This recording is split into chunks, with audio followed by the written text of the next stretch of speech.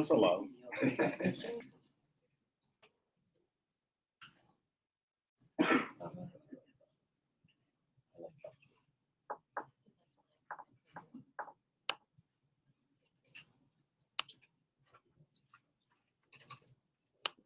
Watched like so many videos. That's not it. Oh, okay. Online. Yeah. Like how long? 2 hour long thing. I just put them up. Yeah. Like a video podcast. Yeah. Visuals. Nice. Good. Yeah. All right, guys. We're ready to go. We are live. All right, so this is the first time.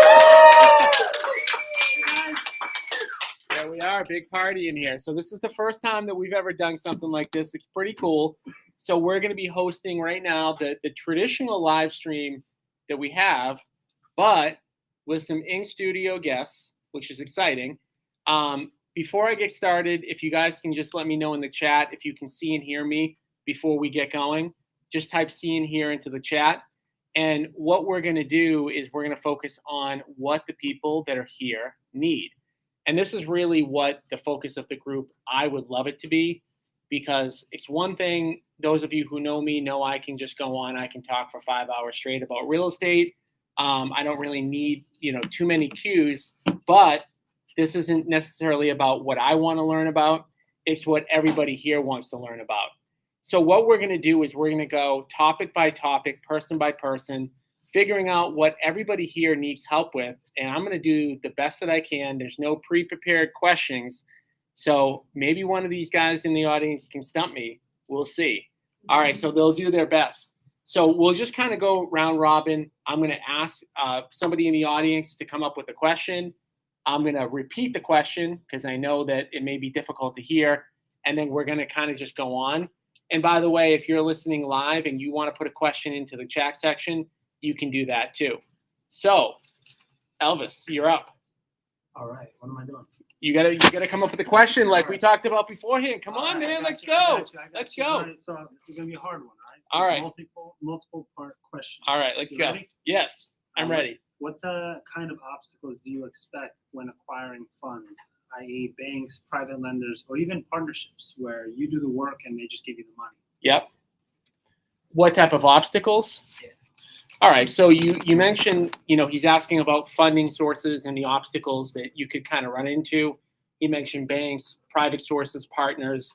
So yeah, that is kind of a multi-pronged kind of question. I'm going to start out with the easy ones first. What types of, things would I expect, obstacles expecting to run into when we're talking about banks? So if anybody here has ever kind of heard the phrase like, this person is bankable or they're not bankable, traditional banks are much different than like if you're a real estate agent and you're going out there trying to get an FHA loan or you're trying to get a VA loan or a conventional loan. All that a traditional lender cares about is like, how much do you make and can you carry the property? Do you have a good credit score? Whereas a commercial lender, and most commercial lenders that like you would work with around here, and for those of you who are in different parts of the country, they're typically like your local community banks. So they're smaller community banks that are built on relationships. They want to see a track record. So typically what that means is that you're probably not going to walk into like an East Boston Savings Bank or whatever these community banks are and just say, hey, I'm doing my first deal. I want to get commercial funding for a deal. They're probably going to say, okay, show me your portfolio, show me what you've done. So that's an obstacle. How you get around that obstacle is obviously doing deals without commercial banks first. Second, area that he mentioned is like what, obstacles if I'm running into like raising capital from just everyday regular people. The obstacle that you run into there, again, it's similar. It's the track record. So I don't care how much net worth somebody has. They built that net worth probably by working really hard and they don't want to risk that money. So if somebody has capital in the bank, again, what they're going to want to look for is they're going to want to look for somebody that they trust, has a track record, et cetera. And then you mentioned partnering. Partnering has all sorts of potential problems. And it doesn't matter whether you're partnering on a deal, partnering in a business, et cetera. Partnerships can definitely like go sideways very easily. What I would say to that is that you have to make sure that if you enter into any sort of partnership with anybody, that you just make sure that very clearly defined roles and responsibilities. And that's where kind of people that have never done this before can go wrong, where it's like, okay, we agreed to do a deal together or start a business together. And then all of a sudden, 2 months later, they're like, well, no, we agreed on this. No, we didn't. And, if me and you have a conversation right now, I guarantee that we'll both leave thinking something a little bit different. And that's why like everything kind of needs to be on paper. I think just to piggyback off what you said, which is vital, is just that clear and concise. Business partners now for 10 years, and we're in relationships. Yeah. And even still, as you Well, that said, makes it even more interesting. quite interesting, because there is still that concept of, okay, sweat equity versus finance, which when if you start seeing all the accolades go over here, and then sometimes you're feeling slighted, oh, well, what's my role? Where does that come in? It's just the money, and then agitation starts. So never mind, you have a personal relationship, sidebar to the business, you know your roles, be clear about what your intent is coming out of that business as well. Yeah. Very important. Cool. All right, PF, what do you got? This is so hopefully I'm stumping you with this one. All right, What is- let's see what we can do here. Actually, I don't think so. What is the minimum margin that you look for in order to feel that it's a safe investment? Like, do you look at a percentage or you looking for a dollar amount? Now, is that on a flip or on a buy and hold? buy and hold? Okay, cool. All right, so Oh, and also for a flip, why not? all right, so a flip and a buy and hold. I'll do the flip because that one's a little bit easier. So for the flip, we look at flips in two ways. First, what's the profit going to be? And we have a minimum profit amount that we'd want to see. And then what's the risk profile? So how we do the risk profile, we use a formula. It's a common one that a lot of investors use. It's 70% of the after repair value minus repairs. So what that means is that if we think the property is going to be worth $500,000 when it's done, you take 70% of that, gets us to $350,000, and then you subtract, let's make it easy, that the repairs are $50,000. We get to what we call a max allowable offer of $300,000. That formula is a risk-based formula, meaning that like it takes into account that what if the market falls 5% or 7% or 8%? If the market does fall, which we're in an environment right now where we could debate, but this is probably the biggest time since I've been in real estate that could be a real conversation. It takes into account. Now, we also want to see a minimum profit. So if you take a really low number, like an ARV of like $100,000, and you go 70% of 100,000 minus repairs, and then you see what the profit's going to be, the lower the numbers are, the smaller the profit's going to be. So I would never flip a property right now that had an ARV of 100,000 because I might only make 10, and it's not worth it for me personally to do a flip to make $10,000. So we want to make sure that it fits the 70% of ARV minus repairs. Plus, we like to see at least a $35,000 profit margin. But we're typically doing more like 50, 60, 70, 80,000. Then on the rental side, we look at it in a couple different ways. The biggest shortcut that I've ever used that like I built a pretty good rental property portfolio on is called the 100 times rule, meaning that if you take the monthly rents of a property and multiply it by 100, like say you have a 3-family and each unit's renting for $1,000 each, you have $3,000 of monthly rents, multiply that by 100, you get to $300,000. That will pretty much almost guarantee that you will cash flow. And believe it or not, like our first few hundred units that we had, we just used that formula and that formula worked. Now, there are a lot of other ways that you can kind of make this stuff a little bit more complicated.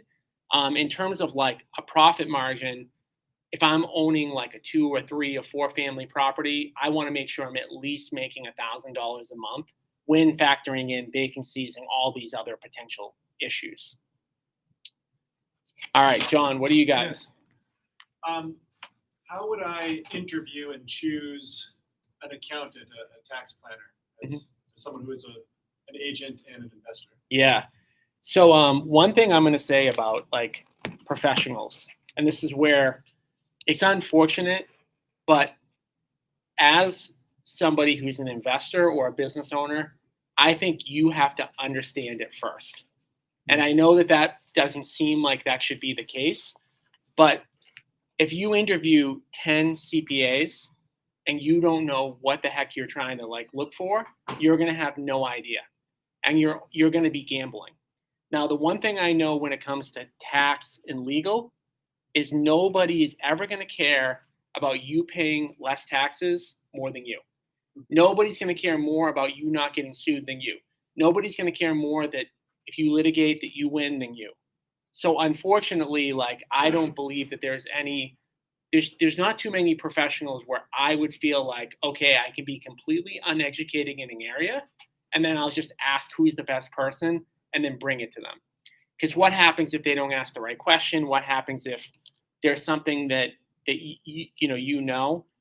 So I know it's a little bit painful, but what I would probably do is I'd spend a little bit of time getting educated on it first, and then I would interview a few people and then kind of see what you come to. Now, when it comes to like investing, I would ask around. And that's something that we can definitely help you with. I can probably provide you with like 2 people that would make sense to talk to.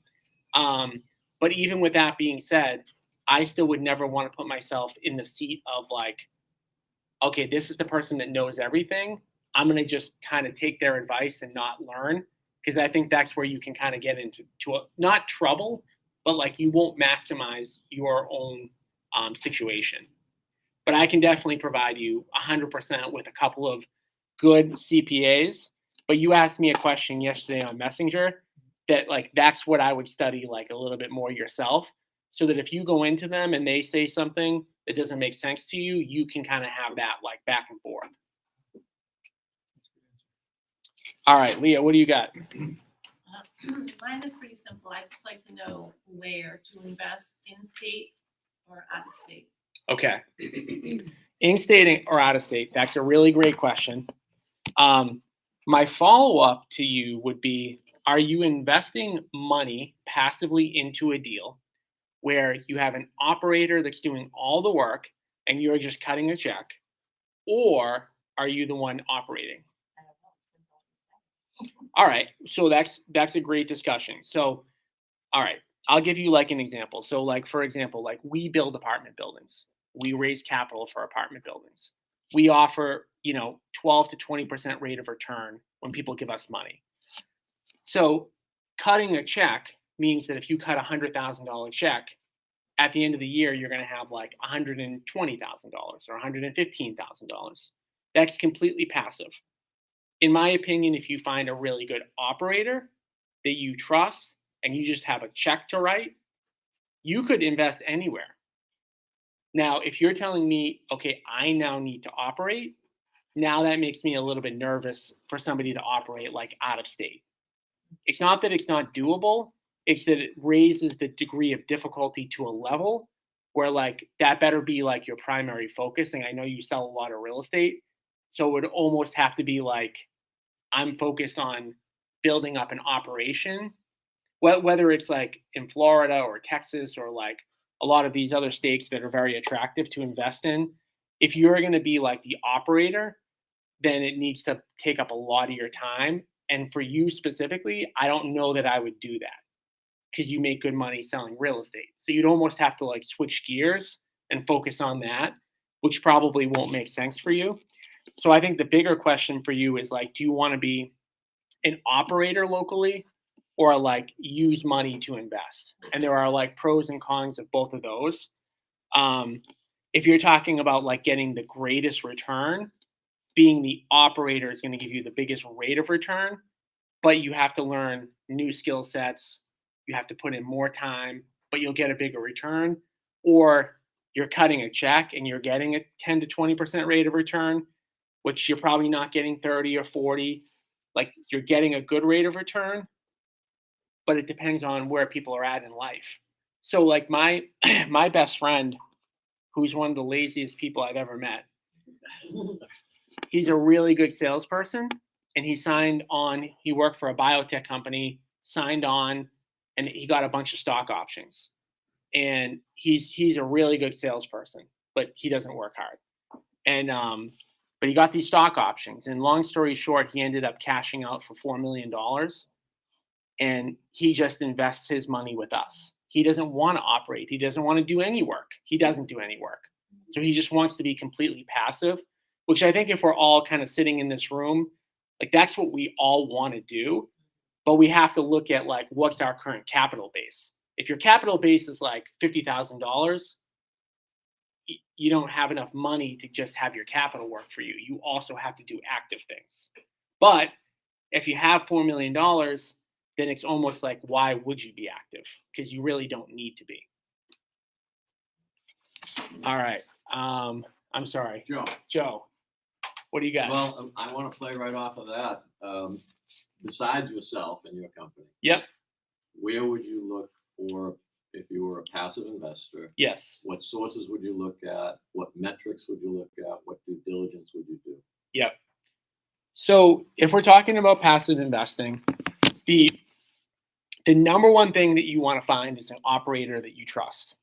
That's the biggest thing. It's like, because you're almost like adding a partner to your life, right? So they're like they are working for you. You're putting your capital to work and they're doing the work.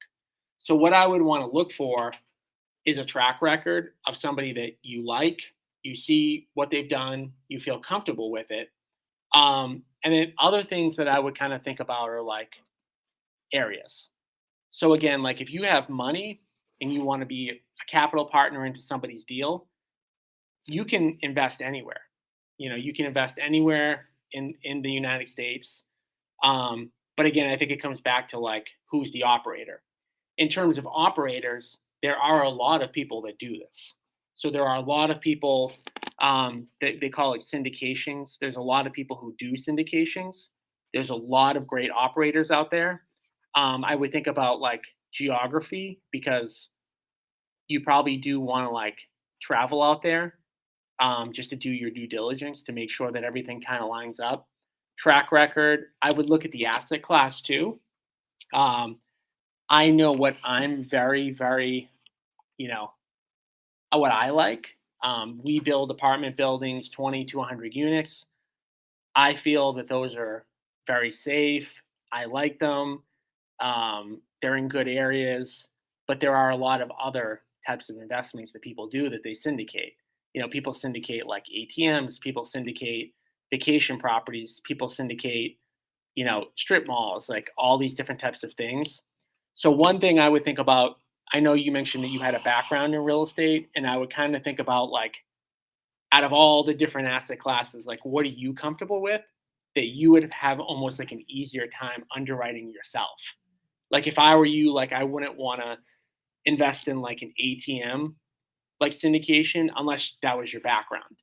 But I would want something that was aligned with your background. Obviously, you have a lot of experience, so you could probably underwrite deals that are similar to what you've done, and that's where I would kind of start. But besides us, I can also talk to you after about like different options. All right, Fiona, what do you got? We've talked about it before, and it's opposite of his question, but Yep. If you have a deal that you're already working on, like converting a property into a short-term rental, and the deal goes south, and you need to partner with somebody, how would you, like you mentioned before, I should raise capital. Mm-hmm. How do you propose presenting to, and to how do you find the people that have the money that want to invest? Yeah. So if you look at what I do, I'm a perfect case study of this, because that's what I do. So when you're talking about raising capital, I mean, we and you talked about this on the phone briefly, but the first thing I would always start with is like my SOI, people that already know, like, and trust me. And when we just did a round of funding, $4 million for an 88 unit in Nashua, New Hampshire. And we raised that very quickly. Why? Because I got 20 people in a room that already knew me, liked me, trusted me, and have seen what we've done. So raising money definitely is not like okay, I need money. No one ever knew that I was in real estate. Let me go out and get, a couple $1 million. It's definitely a process. I mean, it's no different. See, this is why, real estate agents have such an advantage, because you guys, you already know this process. So pretend like you just became a real estate agent again. Day one, how would you let all the people that you know that you're in real estate? Okay. Let's just change the topic. How do you let everybody know that I'm a real estate agent, but I also do investing and I also have investment opportunities? It's just a different conversation. So how do you execute on that? It's the same ways. It's social media, it's newsletters, it's emails, it's lunches, it's coffees. Like anything that's going to work as a real estate agent is going to work as this. And why investing again is so great for agents is because if you meet with somebody that you're going to have coffee with anyways, that's somebody in your SOI, like, do you guys think investing is a topic that a lot of people are interested in? It's like you could probably get meetings with people in your SOI that they wouldn't. Oh, you want to talk about me buying or selling? They're probably going to get annoyed. You want to talk about investing? Most people are going to be down for that conversation, which is why like investing in being a retail agent, like they complement each other. They actually help you. Even if you weren't investing, it's a good tool to use just as an agent. All right, Alicia, what do you got? All right, well, as a newly investor, let's just say, what is your opinion as far as buying property that is semi-fixable versus something that is totally need to be fixed, as far as getting the money, the whole 9 yards? So TLC versus total bed job. yeah, so I can just tell you, like, okay, so we've done over 1,000 flips. We've renovated a ton of apartments. We have very good construction crews, and we made the decision last year to not do any projects that are going to be longer than a 3-month renovation. Multiple reasons for that, but this is going to ring true even more if you're new. Big projects are much more likely to go over budget for a lot of different reasons. Big projects are also likely to go over time for a number of different reasons. But the big thing and the reason we made the change was because of the market exposure. So who here, like, raise your hand if you think that there's a chance that prices might go down in the next 12 months. Right? So like 2/3 of the room. I can't tell you where they're going. Nobody in here can tell you where they're going. But this is like the first year where I felt like, I think we're going to make less money in 2023 than we made in 2022 because of that. I mean, I definitely don't think we're going to get a 10-15% price increase next year. So if you're taking on like a big project and you're new, and then the renovation should have been 80, but it becomes 120, and then all of a sudden, over the course of that 9-month project, prices go down 5%. Now you're really like, your risk profile is going so far up. So I would always rather do a deal where like it's less renovation if I can. But with that caveat, one caveat I would say to that is obviously it's easier to find a deal you can make money on when it needs more work. So, but if you're asking, I got one that needs a little TLC, one that needs a full renovation, I'm going to go with the TLC all day long. All right. Now, TEDA, how do you pronounce it? TEDA, okay. So my original question is, how do you purchase multifamily or fix and flip with someone else's money? Yep. But then after listening to some of the other questions and your answer, how do you get them to invest in you if you don't have a track record? Yep. You said track record is one of those things that they're looking at.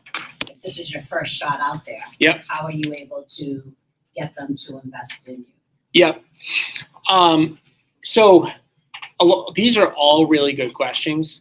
And one thing I'm going to say about all these questions is that this is just, you guys are sitting here, right? You guys know how to sell houses. You're all agents. All of this stuff is like 101 investing. But like you have to like understand it all, and you have to commit to like learning it all. Meaning like if you, again, think back to like when you first became an agent, like what company did you work for when you started? Okay. And how much training did you have? There was a lot of training. There's a lot of training, right? And there's always training. Agents are getting trained all the time, right? Like almost every brokerage has a lot of training, unless you're at like a small, tiny office, right? Why do they have all that training? Because it's a big commitment to learn how to be an agent, right? It's the same thing with investing. And that's where like, I think some people, like they miss the boat a little bit because they don't understand like how much of a commitment it is. And they'll go to like a training session a week to learn how to be a good agent, but they'll go to like one for investing like once a quarter. But to answer your question about like, what do you do when you have no track record? There's a few things. I'm going to talk to you guys later a little bit about like the Inner Circle program, but one of the biggest pieces of the Inner Circle program is that we'll partner with people on deals. Okay, so one thing that you might want to consider, and it's what I did, is I did bring on 2 partners in the beginning that are still my partners today that had capital, and that's one way that you can do it if you have none. The second thing that I think some people don't do as much of as maybe they should is to really analyze like your own situation. Now, when I started, I truly only had $6,000 in my bank account. I truly didn't have other assets to like use. But a lot of times I see people and talk to people that like they can pull a line of equity, or they do have some money in the bank. So the person that's going to be the easiest person to lend you money is always going to be you, right? So again, for me, that wasn't relevant because I had no money. But if you do have some money, you may need to use your money for like your first couple of deals. The other strategies are like getting a deal off market. So this is another way that I started. So I and this is why like I always advocate not just buying and holding, but also like flipping or assigning deals. So I got a 2-family off market in Somerville that I wholesaled, none of my own money, and made $115,000 on. And this is another thing that like sometimes people they don't appreciate enough is like if you're doing a couple of wholesales or a couple of flips in a year, that could be like your down payment money for your rentals. And most people in this room that are agents, you come across like a deal here, a deal there. So I'll give you an example like of how like the Inner Circle worked for somebody that's in it. And again, how even if you don't partner with us, how it could work. So 2 agents, they're a team, they're at my brokerage, but they're also in the Inner Circle. They found an off-market deal. Their friend's mom passed away in Andover, and they came to us. They said, okay, like we're in the Inner Circle. We want to partner. We partnered on them with the deal. We made $300,000 on the flip. Now that is not normal. Like I told you guys, average profits are like 40, 50, 60,000 on a flip, but they put their side of that transaction was $150,000. That's probably down payments on like 1 or 2 multifamilies. That was a deal that they came across just being an agent, right? And because they could partner with us, because they're in the Inner Circle, they were able to like leverage that for more down payments if they wanted to. I would say, never let a good deal pass you up as an agent. That's one thing. All right. Corey, what do you got? I have a couple of questions, so it might stop you. Well, we only got time for one, so Oh, all right. eliminate the So bad one, ones. A, B, and C. So I want to be like your BFF, just sit there and then collect money as an investor, but I got to figure out how to do it. So I want to know what states are are landlord friendly or investor friendly versus tenant friendly, and maybe do like a Airbnb or find a property manager to do the Airbnb so I can sit and be fat, dumb, and happy and collect money. All right, so what's the question? So I don't want to deal with tenants, toilets, and termites. I just want to own it and then delegate and then just sit there and collect. I want to be like you. Yeah. All right, so the question is, how do you be like me? Yes. All right. Well, I mean, I dealing with tenants and termites and all that good stuff. I mean, I don't think that anybody should really have to do that. I mean, I don't even really see that as being like that big of a challenge. I mean, finding a good property manager, yes, it does take time, effort, and energy to do, but there's a lot of good property managers out there. So, there really shouldn't be that much of a hassle or headache to find a property manager. And if they're not working out, I would just, keep looking, because they're definitely out there. Does anybody here have a good property manager or know of any? I know one. Couple people. Yeah. So, I mean, just in this room, there's multiple people that have good property managers. So, I mean, it's doable. Would you get a property manager on your first investment property, or is it after, let's say, you buy 3 of them? So I actually, if you asked me that 5 years ago, I would have given you a different answer. I thought where I've kind of changed my perspective a little bit on a lot of different things is, if you read a book like Rich Dad Poor Dad, The 4-Hour Work Week, like there's a lot of like, okay, you have a problem in your business, you have tasks that need to be done in your business, you hire somebody, and then you're kind of like passive. Like you're kind of like, it's easy basically. And after doing this for a while, I've just not found that necessarily to be true. And it goes back to the same thing with the CPA and the attorney thing. And I think with almost every facet, I would want to do it first. And that's something that, like, even when we hire people into our company now, like I like to do the job, even if it's for like 2 weeks, so that I can understand it before I have somebody else do it. So on my first one, I would do it myself so that I understood like what it was all about. Because if you don't understand what something's all about, then you go to hire somebody, you don't even know what to ask them. And so that's where like I have kind of an issue with some of those books. And, I just don't believe that like they're necessarily the best advice in some instances. All right, what do you got in the way back? Coming from all the way from Worcester, right? All right. Mine is, does your business have a credit line, and what exactly do you use it for? Yep. So the question is, does my business have a credit line? And yes, it does. And we use it for, operations. So one thing, I think what the question is more isn't necessarily, does my business have a credit line? It's like, could you use a credit line, right? I already know, in terms of my business and my needs, I want to know what you use. Oh, okay. So, well, we have just operational expenses. We have payroll, we have rent, we have everything to kind of run the company.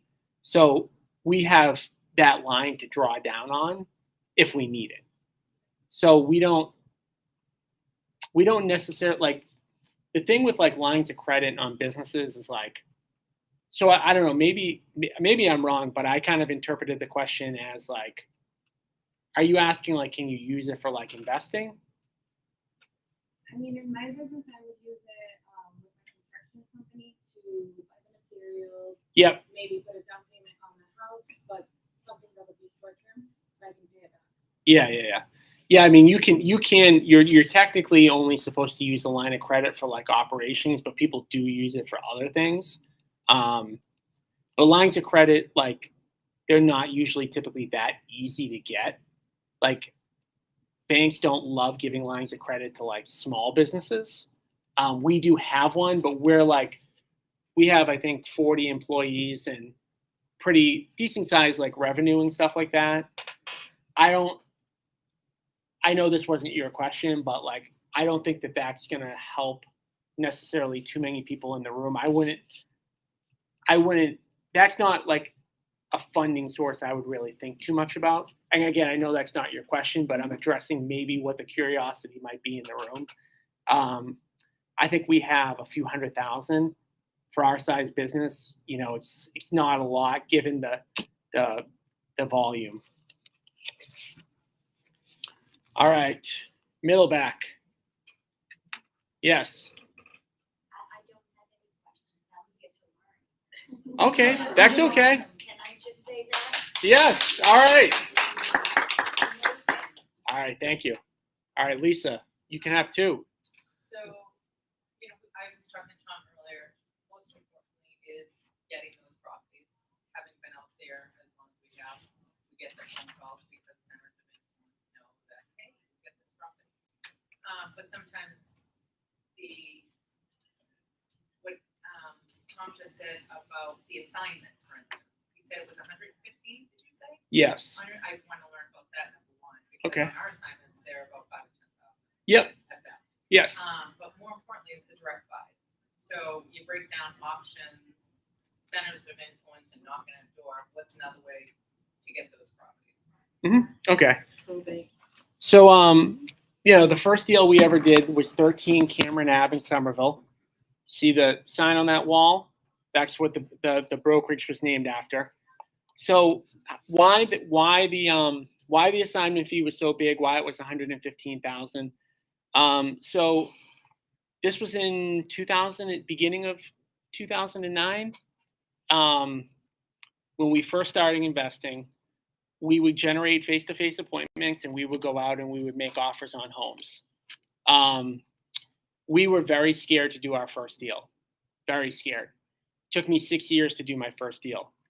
And I was so scared to do my first deal that even though my numbers told me I could offer her $400,000 for the property, I offered her $300,000. So I would have only made 10 or 15,000, but I offered her 100 under what my number said I could pay, and she took it. Now, you know, like when it comes to making offers to sellers, it's like, what's the 3? Is it the 3 little bears? Not too hot, not too cold. Is that the one? So if you make offers too high, right, then you're going to lose money. If you make offers too low, like the one I made in Somerville, it's going to be rare to get it accepted. So if you're out door knocking, mailing, calling, texting, whatever you're doing to get deals, if you make really low offers all the time, you will get one once in a while, but you'll do a very small amount of deals. If you make it, you know, the offer kind of like just right, yeah, you're going to make less, but you're going to do more volume. Wholesaling and assigning in this market for a deal for only like 5,000, that could be an issue with your buyers list. I mean, there's no deal that you could bring me that I wouldn't at least be willing to pay 10 for, because a deal never comes down to like, oh, I can pay you 5 but not 10. Like, there has to be enough margin so that 5,000 doesn't matter. Do you know what I'm saying? So in terms of you know, finding deals, there's a lot of different ways that you can find them. I did do a training that's in Facebook that's an hour long on that, but I'll give you kind of like the ones that like work the most. First thing is you have to make a determination. Am I going to spend time or money? If you're going to spend money, be prepared to spend a lot of money. It costs me about $18,000 to $20,000 in marketing for every deal I get. That's mail, that's TV, that's Facebook, that's Google pay-per-click. It's a very crowded space with people that are bidding a lot of money on these things. Has that gone up over the last couple of years for you? Yes. Yes, it has. And it will probably start to come down as one of my close friends who runs open letter marketing, you met Justin, right? Yeah. So Justin told me, like, as soon as the market started to shift, he lost 30% of his clients because people are scared. So people pull back on marketing. So like the thing with flipping that's so interesting is like, there's never a good or a bad time to flip, because you're always on both sides of the coin all the time. You're always like either in a market where it's easy to get deals and hard to sell them, or it's It's hard to get them, it's easy to sell them. And then with marketing, it's like, well, marketing cost per deal went up so much. Why was that? Well, because profits went up. Now, as profits go down, people are going to cut back on their. So like, it's crazy how like the economics, like, always make it like a good time, but never a great time to flip. But in terms of finding them, so if you're going to spend money, then you're talking about probably mailers or pay-per-click or Facebook ads. Yep. So one of the things I just gotta go back to my misunderstanding on the assignment is especially with auctions. Yep. How we did the assignment, so that's why it was such an. Yes, And that the makes it. piggyback- Yeah, the piggyback question was because now, as you know, they're always occupied. I want to know what your take was because I do not want to get an occupied home where those are best.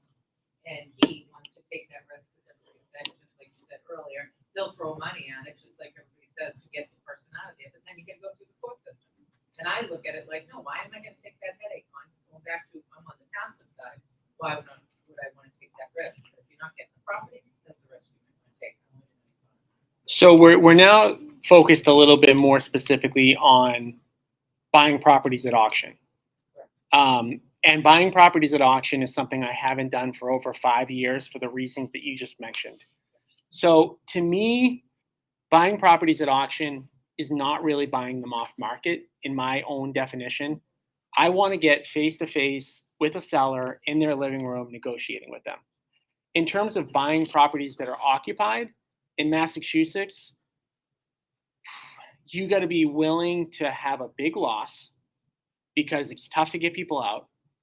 I do know people in Massachusetts that don't care. I know people that are very aggressive and borderline criminal that will use criminal measures to get people out of a property. I will not do that, but I know people that will do that. And that's the type of thing that, like, if you're buying properties occupied, you either have to almost go down that like dark road of like, you know what, maybe I could go to jail for what I'm about to do, but I'm okay with it. You'd be surprised, guys. Or you have to be like, okay, I'm going to go through the court system, which in Massachusetts is totally insane. Now you might think, okay, well, I've been told I could just walk up to the person and say, hey, here's $30,000 and you'll leave. I just tried doing that, not on an auction property, but person, 2-family in Dorchester. There's a squatter living in the basement, not even in the first and second floor, in the basement, who's a relative of the owner. We tried to pay them $30,000 to leave. They would not leave. So when I look at occupied properties, the risk level for me is way up. Now, what happens, by the way, if you own a property and it's occupied and it takes you a year to get out and then 6 months to renovate it? Does that fit in with my personal model of like wanting to be in and out of properties? Like I'm taking 18 months of market exposure, which is the exact opposite of what I don't want to do. So I'd rather pay $20,000 in marketing to get that same deal vacant on the terms that I want. But then if you're going to spend time, then you've got to talk about doing things like calling and door knocking.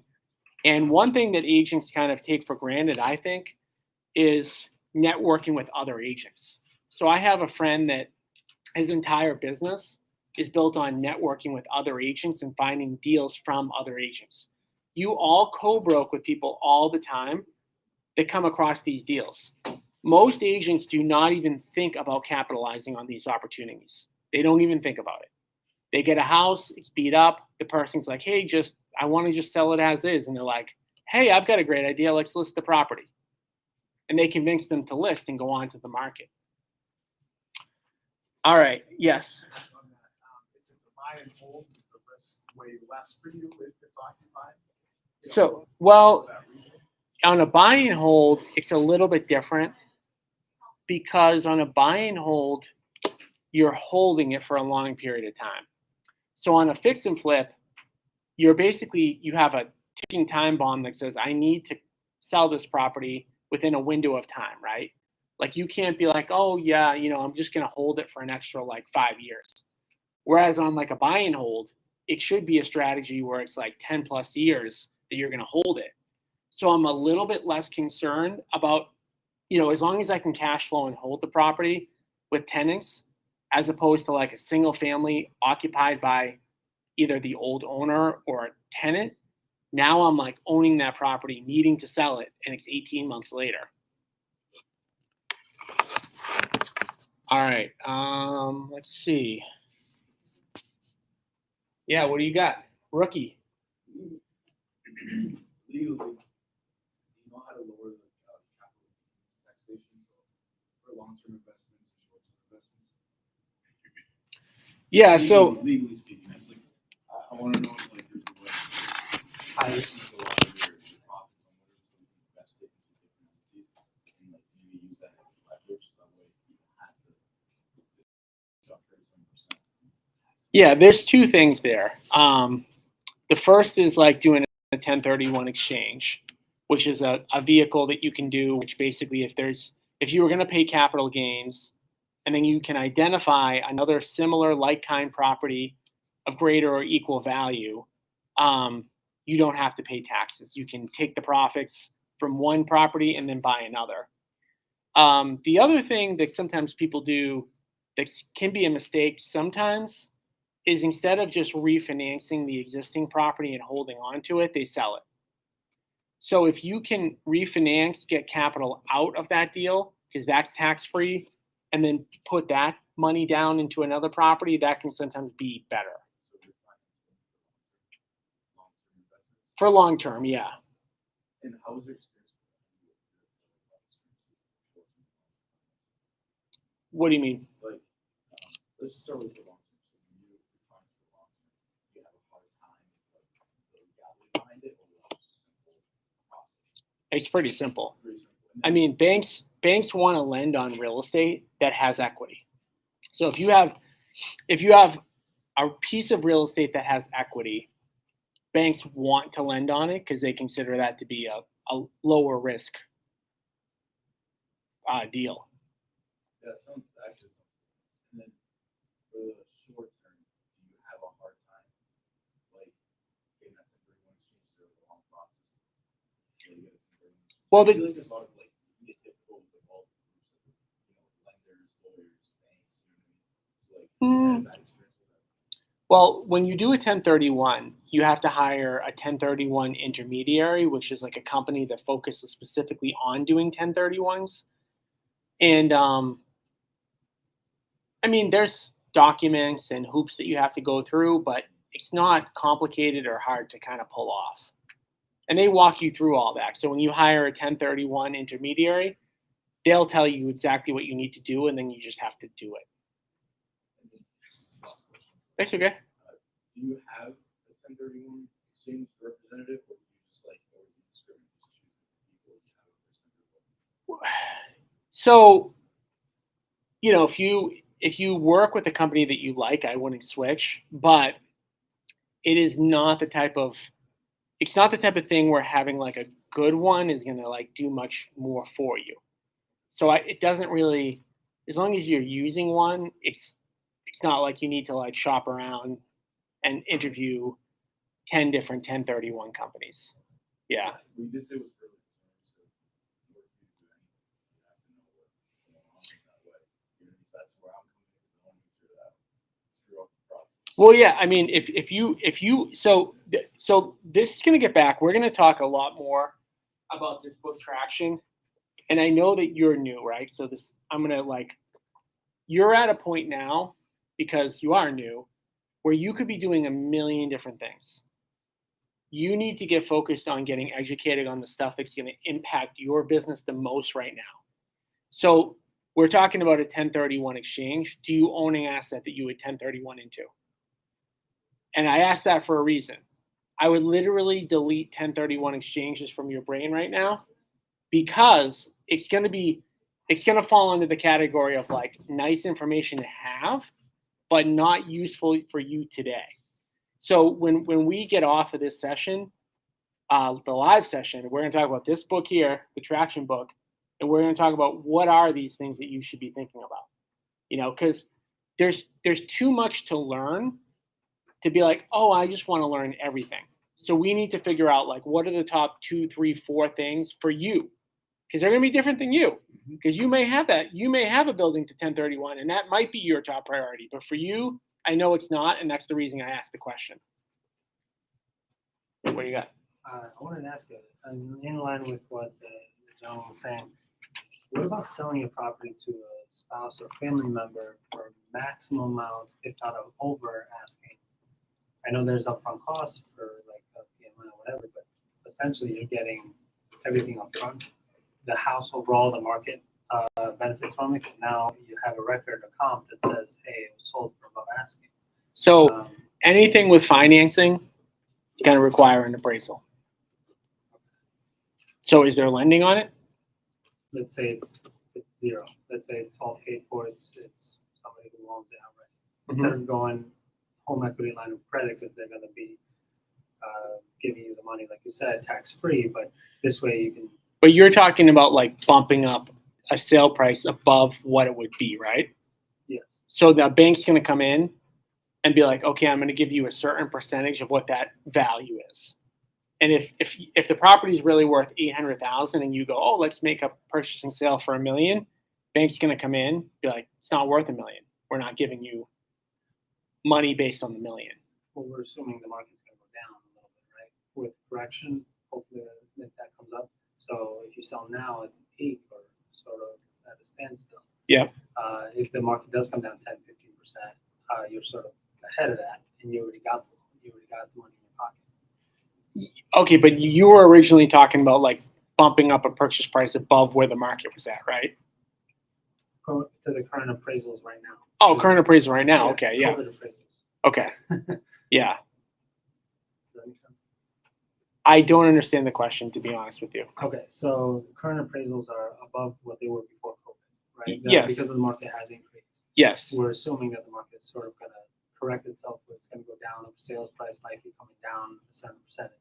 If you sell the property now. Well, first, I wouldn't assume that. I think it's a possibility, but I wouldn't necessarily make any pricing assumptions right now. I'm not making any. The only pricing assumptions I'm making is like I don't believe that we're going to get like another big bump. But they could go down. But say they do go down. Go ahead. So say they do go down. You sold the property at the most you can. Yep. After the appraisal comes in. If FHA comes in, you're essentially getting the whole value of the property at 3.5%. Yes. Instead of having to put 20% down and all that. Plus, it's all built in. So, well, my question sort of lies is, can you get a better deal instead of going home line of credit? Can you get a better deal and try to sell the property and getting that money through a family member that you trust, sibling or a child or whoever, and using that method and So- holding on to the property? So you probably could, but you're only going to get the differential between the 3.5% and the 20%. So you're just talking about getting like another like 15% of equity. The only thing though there is the taxation of it. So you might lose on the taxation of that gain, because let's say that so you get a $250,000 exclusion per person. Say it's 2 people, it's 500,000. Say the sale is 700,000. There's 200,000 of taxes that would probably negate what you're talking about. But this is getting into like a complex like situation that I would need more information. I'd have to like draw it up on the board and then think about it, and which we can do like after we go live. But I think that it's probably better to move on to a more broad question. All right, who else do we have? Last one. All right, Justine, what do you got?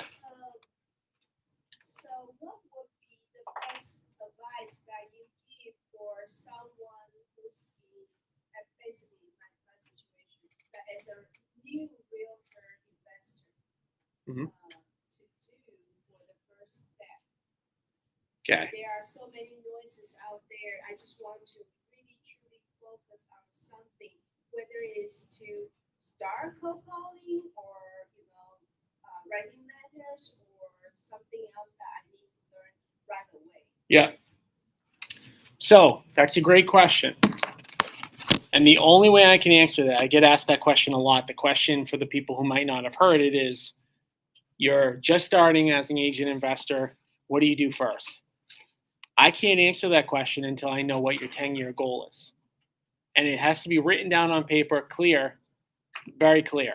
So some of the stuff that I would think about, and again, that's why I really like this book.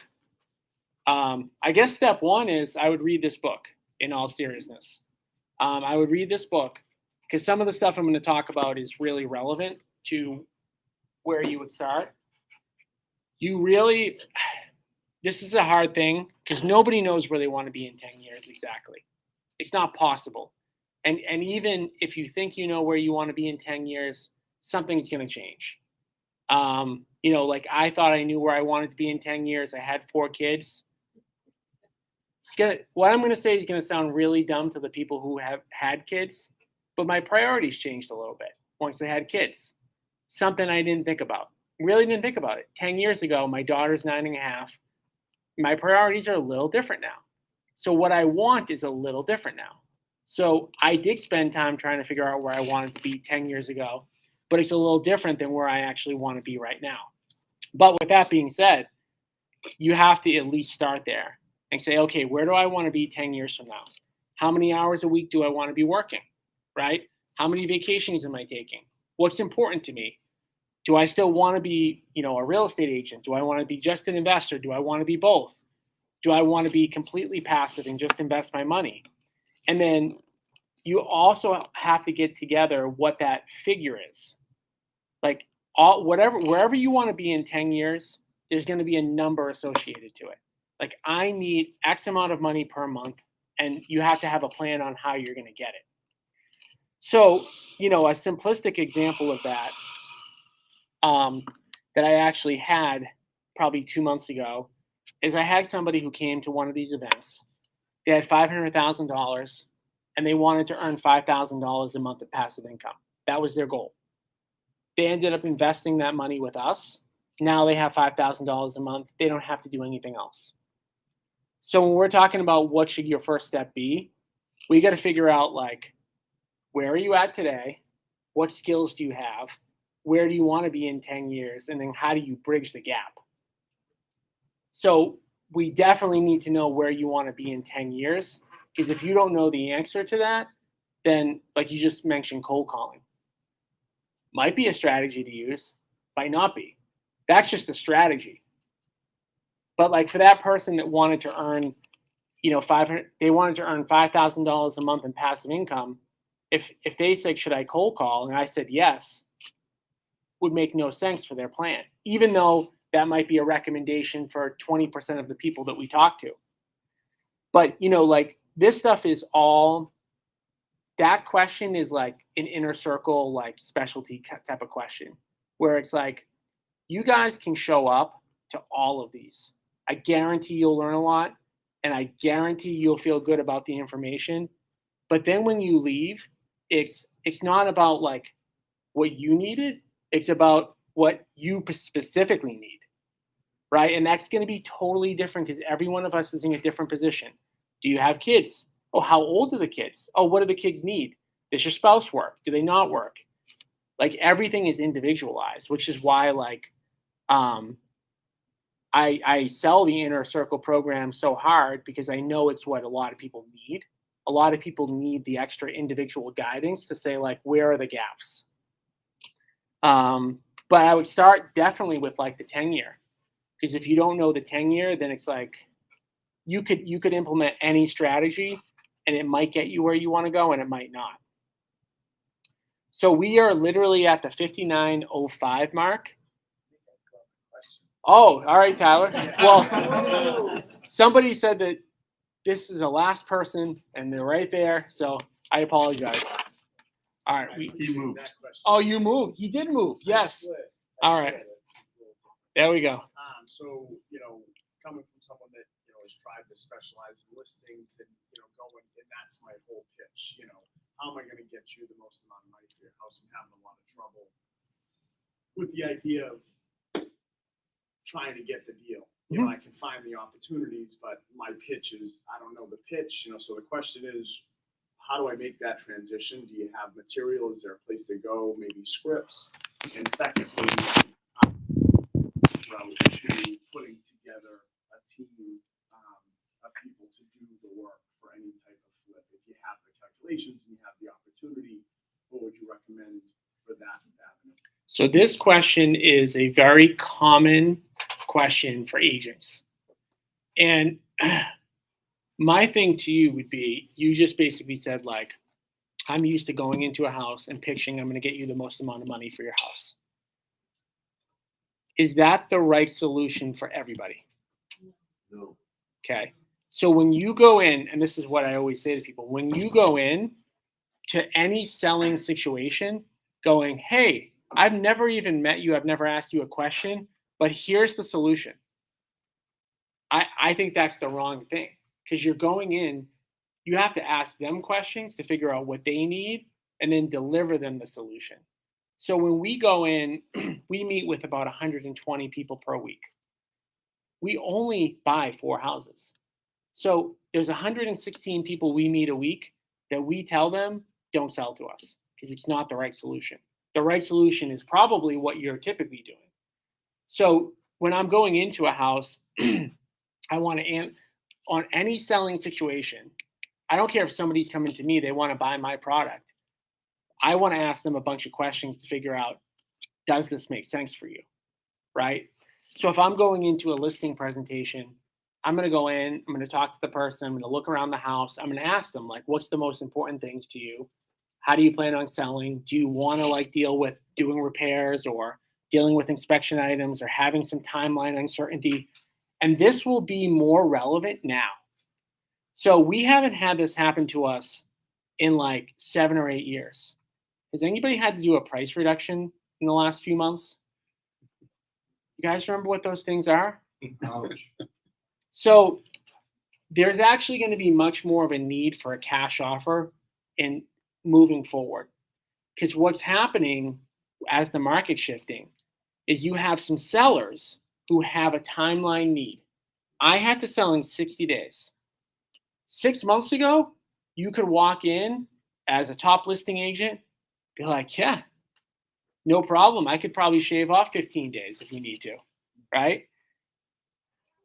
Not saying that that will always be the case that you can't get it done in 45 days, but there's a lot of stuff that's happening that's elongating that selling cycle.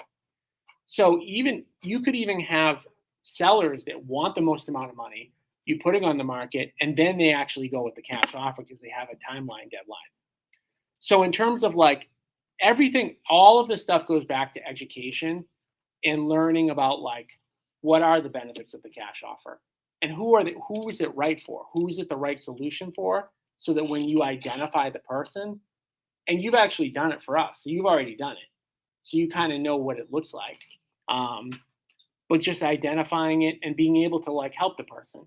So it's not about going into like someone's living room who should be a retail seller and telling them they should sell cash. It's about having your eyes open to being like, who needs a cash offer and generating more of those like potentials. All right, so you guys are still here, but I do want to like cut this at an hour because I don't know, does it even matter? It probably doesn't matter, but I've always cut it at an hour. So for those of you who are listening live, thank you. If you guys like this format, we can definitely do more of this. I do like having people here in person. It boosts my ego by 12% when I have a live audience. So, so I guess maybe we can end with saying goodbye to everybody. All right. Thank you guys very much. All right. Yes. Make money, please. All right.